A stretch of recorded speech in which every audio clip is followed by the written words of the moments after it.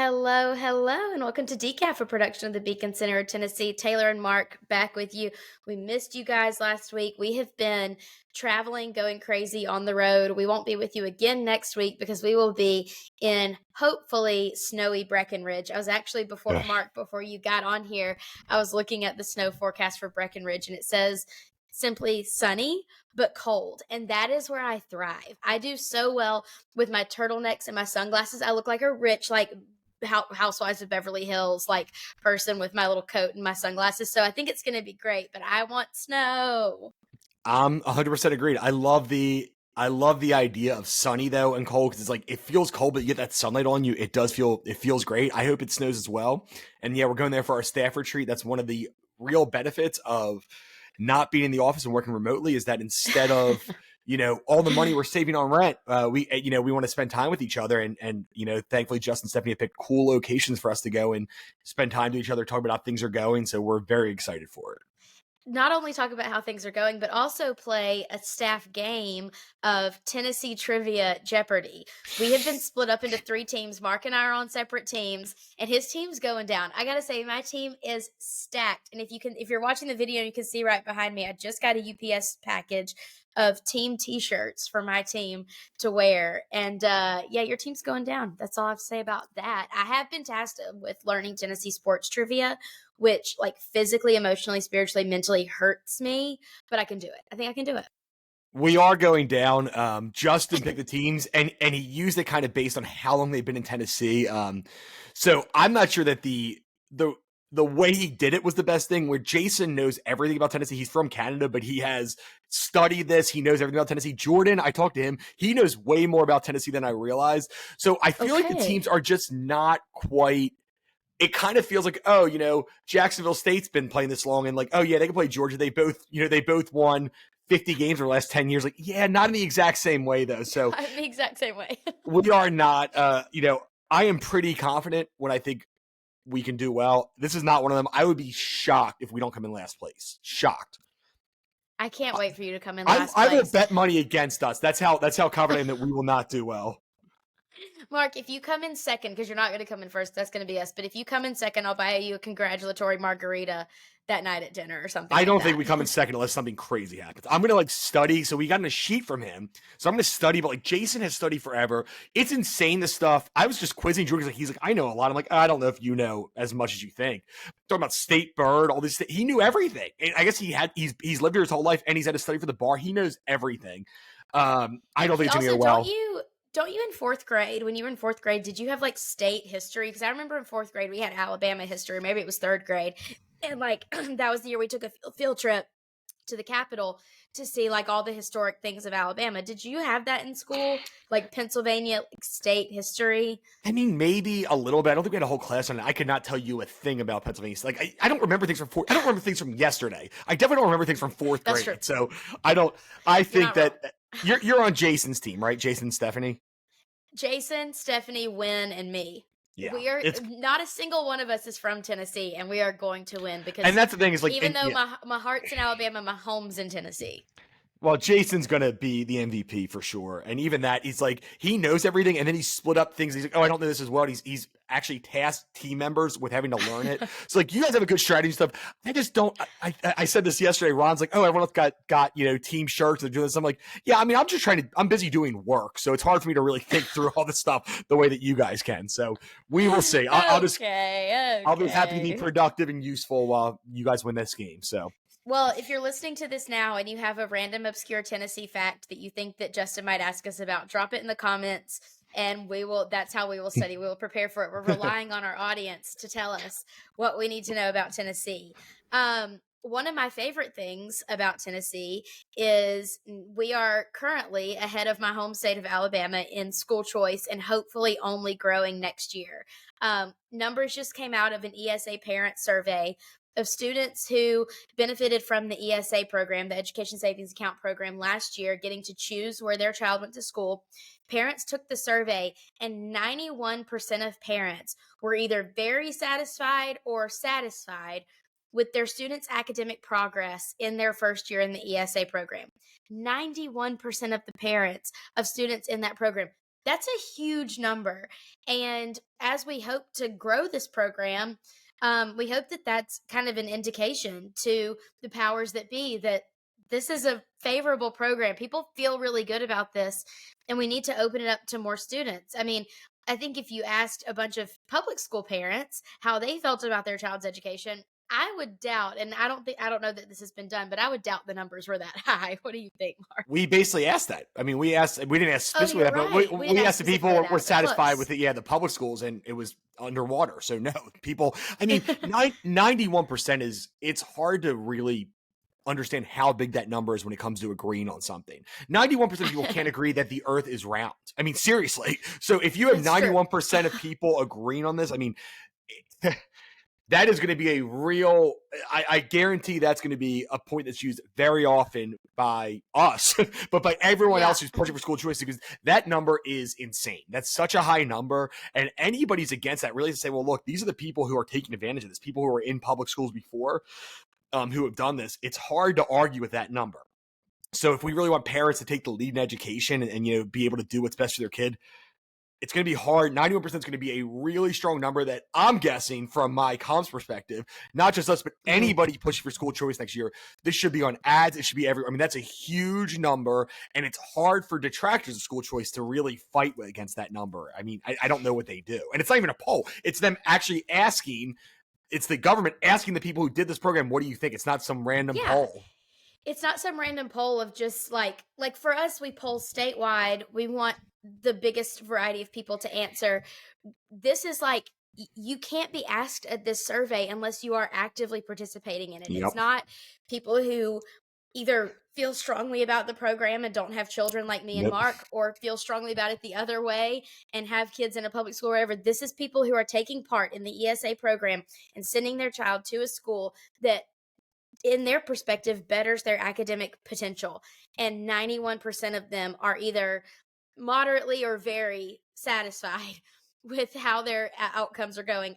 There's only one other question that will be our next topic that I think you could ask to get that kind of response. I could be wrong, but I really do. I've believed in this program from a philosophical standpoint since I was a child. Actually, since I was in college. Most people don't know my education activism origin story, but my mom worked and worked and worked and was able to send my sister and I to a private school in our area because our public schools were not great. And that was really hard for her to do. It was really expensive. And I remember the first time I got a paycheck that wasn't from babysitting, that wasn't just cash from babysitting, a paycheck. And I was looking at the taxes that came out, and I realized that my mom was paying this times a lot because I was making like minimum wage for wrapping presents at a jewelry store. But my mom was making that times a lot and having that taken out. And I was just kind of exploring and figuring out what taxes went to and what that structure looked like. And she said, that's what we're dealing with. We're paying 2 tuitions for you to go to this private school, one in our taxes and one to actually the private school because the public school system is not educating you. And from a financial standpoint, that hit me really, really hard. And so now that I get to be the person that goes out and sees these children who are benefiting from the ESA program in Tennessee, and parents who are really, really happy and satisfied with their outcomes, that's huge to me. And over time, as these children get more one-on-one attention and are able to be challenged more and do more, I think we're going to see the satisfaction and student outcomes be off the charts. And that's all we can hope for, really. This program was put in place kind of in the fourth quarter last year to get students in the program. And the more chances we give them, the better it will be. And so I can just hope for all students to have that chance next year. I'm kind of throwing Mark a curveball here because as we were talking about polls, I thought, and you could disagree with me, Mark, and this might be a lively debate, but Probably. the time changed this past Sunday. And when the time changes, I respond to it as though I am a baby or a dog or whatever. My body simply doesn't work with it. I cannot like just recalibrate at 2 a.m. on a Sunday morning to change time. And my thought is, and people talk about this all the time, why do we change time? And so I looked it up. I did a deep history dive on it and I know the reason realized for that, it. well, you tell me. You tell the reason. So I believe, if I'm not mistaken, it had to do with farmers and giving them the extra hour back in order to, because they can get daylight for longer for their crops. False. Is that not right? So I read an article on history.com about this because it said the common misconception is that this is about farmers. And that's what I was Okay. always told, and that's what I always thought. Yeah. What really happened was in World War II, when they were trying to conserve energy and daylight time and have people work during more daylight hours to conserve energy, they switched the time during the winter to give people more daylight time to be able to see in the sunlight to work so that more energy could go towards war efforts. Happened in Europe in World War I, went back to normal after World War I. During World War II, it happened again, and the US adopted it. The time changing was getting kind of crazy. And then in the 50s, I believe it was the 50s, it became a permanent time change. But the origins of it were to conserve energy.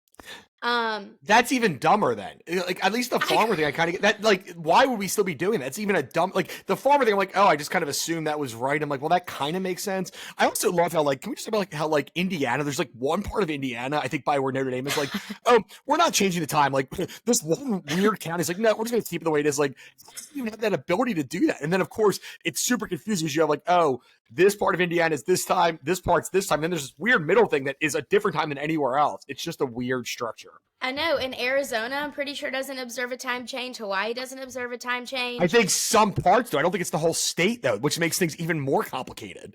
It's so complicated. So I was talking to Blake about this the other day, and I was like, I would venture to say that 91%, just to use a number that we've been using, 91% of Americans would say we need to stop changing time. The problem is, and this is what he brought up to me because he works at HCA around a lot of doctors and hospital administrators, the big argument is which time do we stick with? Yeah. That's the big thing. And Who I cares? have my thoughts, but I'm curious about your thoughts. Listen, same, who cares? Yeah. If we have to vote and decide, I'm just telling you, if they put this on the presidential ballot and the Americans voted for this, I think because, this is my theory, because a presidential election would be in November, and if you were to put it, this is all hypothetical, and you were to put this on a November ballot, everyone would say the other time. Because in November, right after the time change, the election would be like the equivalent of this week of November. Everyone's miserable. Everyone's adjusting. It's getting dark at 4:00. By the time you eat dinner at 6:30 or 7, you feel like you should already have been tucked in for 2 hours. People are miserable having to adjust, and people would say the other time. That's my theory on this, and that is ultimately why I would support it. I woke up this morning to go to mentoring, and the sun was out at 6:30 while I was driving to mentoring, and I don't mind driving in the dark. I actually kind of prefer it because I can jam in the car, but it's just so weird to me that we're like, it's like night time at 4:30, but it's light at 6 a.m. now. That drives me nuts. I don't like Yeah, I don't care. I would like consistency. I probably prefer the other team a little bit better, but like, I think the idea is I don't like doing that. And I did like it when I was in like 6th grade because like this lesson was like, oh, I get an extra hour of sleep. That's awesome. But outside of that, I don't really understand. It should be consistent. I think everyone thinks that. And you gave me a good idea for our next poll too. So we'll talk about that later. Hey, I'm going to get a question on the poll. That's so Maybe. fun. Yeah, we should definitely ask that question. Maybe. Gosh, he never gives me a fully reason to celebrate. But I just think it's a good argument. You know, there's like a whole association of sleep specialist doctors that believe that we should stick with this time. There's a whole association of other doctors that think that we should go with the other time. Who cares?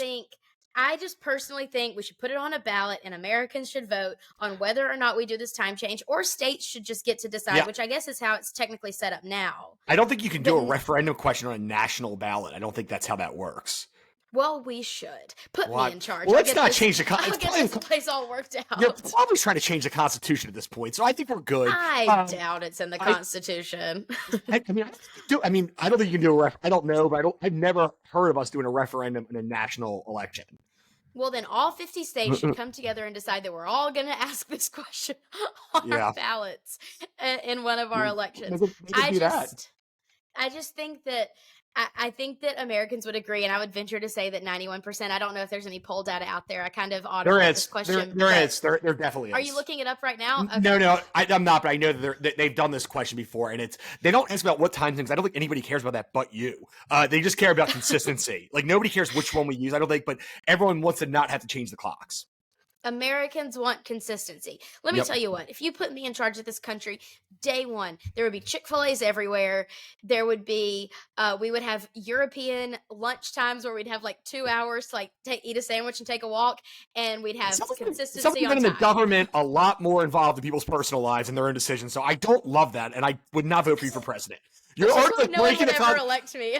You're already Think about breaking the real Constitution. You're purposes. putting government money in Chick-fil-A's, which I mean, I guess they already do through corporate wealth. I don't understand your stuff, but don't No, vote I'm for not saying Taylor. government money in Chick-fil-A's. I would just say no red tape for Chick-fil-A. Chick-fil-A can go anywhere and open as many restaurants as they want. They That's what can I'm do saying. that pretty much now. I mean, what do you can do Yeah. federal things? These are state laws. I don't want you to be president. Let's move on. Okay, thanks for that.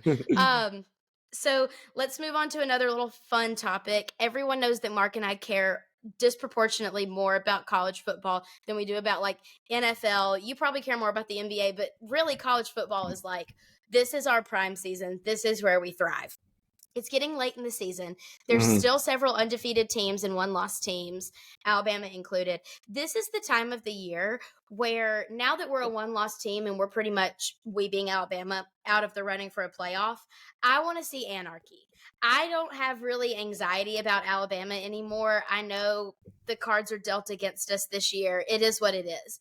I want to see in these next few weeks of college football, I want to see absolute madness. I want to see teams losing to little nobody teams. This is where, to me, this is where like the March Madness mentality comes in, where you're like anything could happen in these last few weeks. I know you Yeah. probably don't feel the same, Mark, because you rely on statistics and stuff for betting odds, but I don't have a dog in the chase anymore, and I just want anarchy. I don't know how you feel about I don't that. think you've been following very well. If you don't think, I mean, if Alabama wins out, they're in the playoff. I mean, I they're know, but in. people hate us. People hate us, and there's a The, committee. It's the not. the committee always gives you more favorable stuff than you should get. It's the opposite. The fact that you're I'm number being a 8 right Debbie now, Downer. that's crazy. If you win out, you're in the playoff. There's not even a question about it. Because that Well, would mean that maybe you have you're beaten right. Georgia. I am right. That would mean you have beaten Georgia, and they would I've put. dealt with. I know. I've dealt with a really hard season of like accepting our fate of not being in the playoff 2 years in a row, and that's really hard for me. But um, maybe we will win out. Maybe we will be in the I don't playoff. think I you. mean, I don't think you will. But hypothetically, oh yeah. I well, mean, I don't thanks. see how you beat. I think Georgia will beat you again. But it's interesting. The playoff is interesting. Kind of like I really honestly respect. People have kind of been mad about it, but the playoff committee's rankings were the best. They were absolutely the best rankings. Hmm. That has Ohio State number 1. That is the right decision, and I it's not even know. close. And That's I'm not even saying tough. that. I'm It's not even tough saying though. that Ohio. Well, yeah, I mean they're not the best team probably, but they absolutely have the best resume. And that's not even Yeah. close. They have 2 huge wins against Penn State and Notre Dame. Like, what have the other? Hmm. What has Georgia done? Who has Georgia beaten? Their That's my best. beef. They beat That's my Missouri. beef. Who Is is who Michigan? has Georgia beat? And Michigan hasn't beaten anyone either. No. But at least Michigan has dominated teams. Georgia hasn't even dominated teams. No, So Georgia's just chilling, taking a little hot girl walk and just enjoying the fall. Like, it must absolutely be not. nice at that schedule. They might end up with 0 ranked wins until the SEC championship game by the end of it. But no, I think it's pretty good. I'm glad that I mean in past years, and this is the one thing I know is going to happen, which is going to make me so mad. If Alabama wins out, they're going to jump Texas, which is going to make me so mad because Texas beat them head to head because that always happens with this SEC team. But I'm excited for the playoffs. You know, right now it seems to me like there's kind of 3 teams above everyone else. You kind of have Ohio State, Georgia, Michigan, and they're way Mhm. above in terms of that. And then you have the second tier, which is like Florida State has not beaten anybody; they're undefeated. You kind of have Washington, Oregon, those 2 Pac-12 Washington. teams, and then you have kind of Texas and Alabama kind of in the rear view of those last ones. So it'll be interesting to see. You figure that the SEC champs definitely getting in, Georgia or Alabama. Mhm. That's one team. The Big Ten Yep. champ, either Ohio State or Michigan's getting in. Yeah. And I think Or unless both. well, they both might get in for the first 2, Yeah. but definitely those 2 teams. And at this point, with how things are going, unless there are a huge upset happens, like you said, the Pac-12 champ will likely get in of either Washington or Oregon. That was my hot take. So like I said, I want anarchy. So don't hold Yeah, me to any of these opinions because I'm actively cheering against this being true. sure. But Washington, I think, could do it. Like, I think that Washington could beat, or I just do. And that might be my anarchy opinion. Like, that could be like the anarchy that occurs is that Washington beats Oregon and everyone is Well, they already beat Oregon. I know, but usually when you beat them once, you don't beat them again. Like Yeah, they. that's kind of where I'm coming from is like that would be like a twofer would be anarchy to me. I mean, it's probably about an even spread. It's not anarchy at all, but it's not going to happen. I think Washington had a lot of issues on the road. They're a much different team at home. Pac-12 championship games at a neutral site. I think Oregon's a better team, but the Pac-12 has been known to be horrible. And to Yeah. just have anarchy among themselves, where Oregon loses some weird game to Oregon State and then goes to the Pac-12 championship, beats Washington, knocks everybody out of the playoffs. So that seems to happen every year for them. It'll be really interesting. To me, the best team in the country right now is Michigan. I think Michigan is the best team in the Okay. country. They are the most complete team. I don't believe in Ohio State's quarterback. I think Georgia, I just haven't seen them beat anybody of value. So I I'm know. not sure what happens. There's a big game this weekend. I think Michigan's only a 4-point favorite against Penn State, so we'll see what Oh happens. wow. But yeah, to I me, didn't it's know kind. that was that close. Yeah, Penn State is at home and they're a top 10 team, and that's a Yeah. great win Ohio State has. It'll be really interesting. I'm putting if you want Michigan probably wins the national championship is my guess. I think it's plus 270. If you want a Okay. very fun, really fun surprise bet that probably doesn't happen, but Louisville I think is 100-1. If they go undefeated, they beat Florida State Wow. and they would have to beat Florida State in the ACC championship game, which would be a huge Okay. win. They have the win Mhm. against Notre Dame. They have some quality wins where if they go Mhm. undefeated, it's not crazy they get in. And then once you get in, you Mhm. never know what's going to happen. I mean, nobody talked about TCU last year until they shocked everyone and beat Michigan. I know. I know. That's so true. So, see, that's what I mean is like I want like the fun anarchy. Like Well, I do I too. I want do too. people I want people like coming for revenge. Like Oregon coming for revenge with Washington. Ohio State and Michigan just like battling it out gritty. I love rivalry week. I get so excited. I have two friends that go to church with me, married couple. She went to Michigan, he went to Ohio State, and every year they throw a big rivalry party with a projector screen in the backyard. And that to me is always fun because Alabama and Auburn it's been dicey a few times, but recently it hasn't been that dicey. So that's a fun one to watch. But watching Ohio State and Michigan go at it and see if one wins, does the other make the playoff? Do they still both make the playoff? Like that to me is when it really gets fun. Do you know the crazy thing is if Michigan were to beat Ohio State, which they'll Hmm. probably favorite, but lose to Penn State, which is the thing, then neither Ohio State or Michigan will make the Big Ten championship game. It will be Penn State versus the SEC, or I'm sorry, the Big Ten West champion. So like it'll probably be Iowa versus Penn State, and neither of those teams will get in. And the committee has kind of made a rule where seemingly if you don't make your conference championship game, you should not be in the playoff. That seems to be a thing. So it's possible that neither team gets in, and they put a one-loss Penn State team in the playoff. Okay, this is the flavor of anarchy that I Yeah, am ordering. This is exactly yeah. what I want. I want that. That's what's fun. Okay, stay tuned because we will talk about this more and more as things go. And just remember when you're watching football this weekend, if you're not rooting for a team on the screen, root for anarchy for me. So that's Penn State. That's Penn State beating Michigan would be true anarchy, and the Big Ten would be a whole mess. Go Nittany Lions then. That's who I'm going for this weekend. Last thing before we go, I was so pleased, and Mark, I know you probably have opinions on this too. I was so pleased to see Patrick Dempsey finally get his day in the sun as people's sexiest man alive this year. Um, I think that people usually does a pretty good job of, at least in my opinion, as the female on the podcast, because I know Mark's probably going to have something to disagree with me on. But as the female on the podcast, I think people usually does a pretty good job of assessing who people in the state, I mean, people in the country think is like the best looking man in the country this year. The year that I was so horrified, and I think that women across the country were horrified, was when Blake Shelton was the sexiest man alive in 2017. It was to me it was just an insult to all of us who admire good looking men. I don't know who bribed the committee that year, who bribed the selection committee that year. I don't know what happened. Maybe Gwen Stefani's got deep pockets and just paid people a whole lot of money to pick her man to be the sexiest man alive.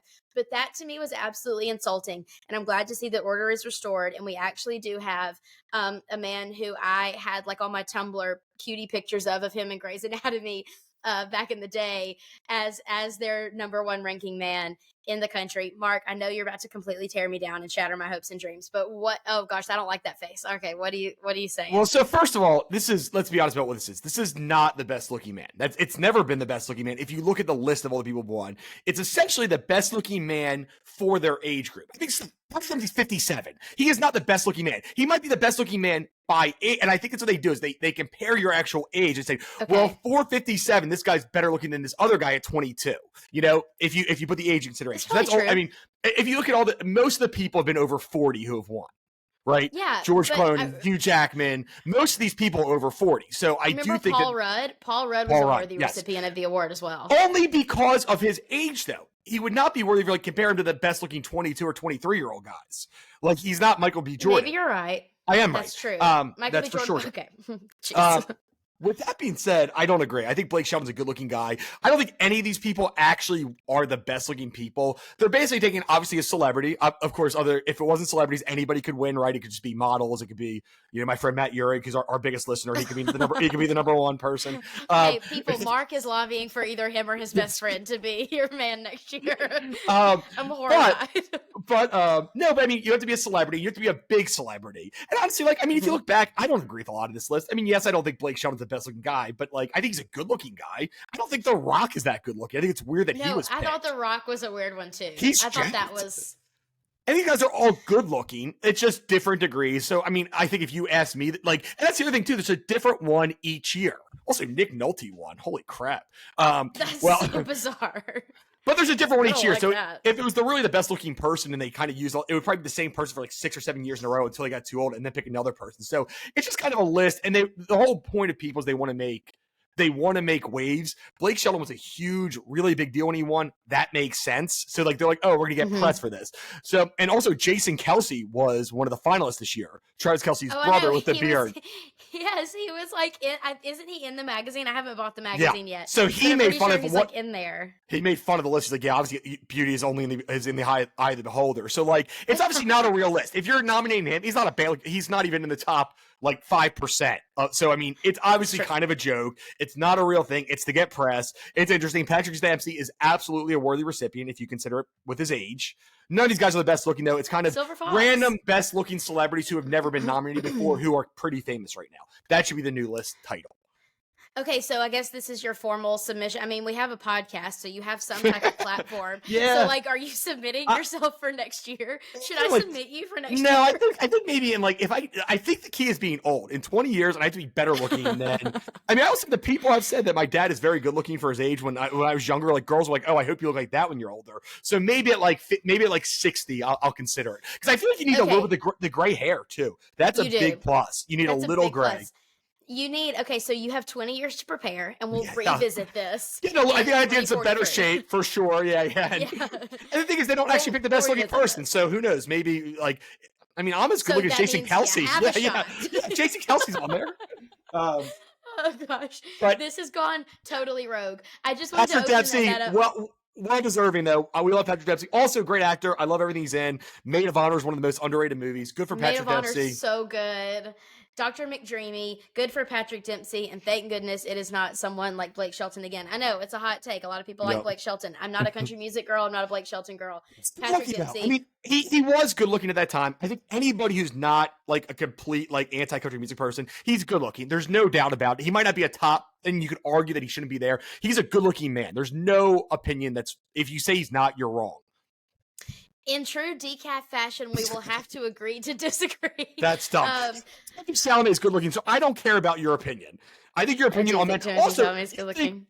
I'm not going to go through your dating history either and insult you, so I will stop at this. Can you just exclude Blake from that so you guys can stay friends? I said your dating history, not current dating. Okay. And some of the men that you thought were good looking at the time, especially that play specific instruments, I think that I don't really trust her opinion. So we'll stop at that. I have historically bad taste. I've healed. You said they're good looking. You have bad taste. Me and Suzanne agree. The guys that she likes that are celebrities who are always kind of weird hipster celebrities. And because of that, I think my opinion on men is better than yours. I'm healing. Acknowledge that I'm healing. I think all Blakes are sexy. That's all I'm saying. I hope that my Blake listens to this long enough to actually hear that. Um, Once again, thank you for listening to Decaf. If you have a hot take to drop in the comments, please do. If you have a poll question or a Tennessee fact to drop in the comments, please do it. We love our listeners. We're thankful that you put up with us. If you haven't already, you should subscribe on Decaf or Apple Podcasts or wherever you get your podcasts. We will miss you next week, but we'll see you the next. Have a great weekend.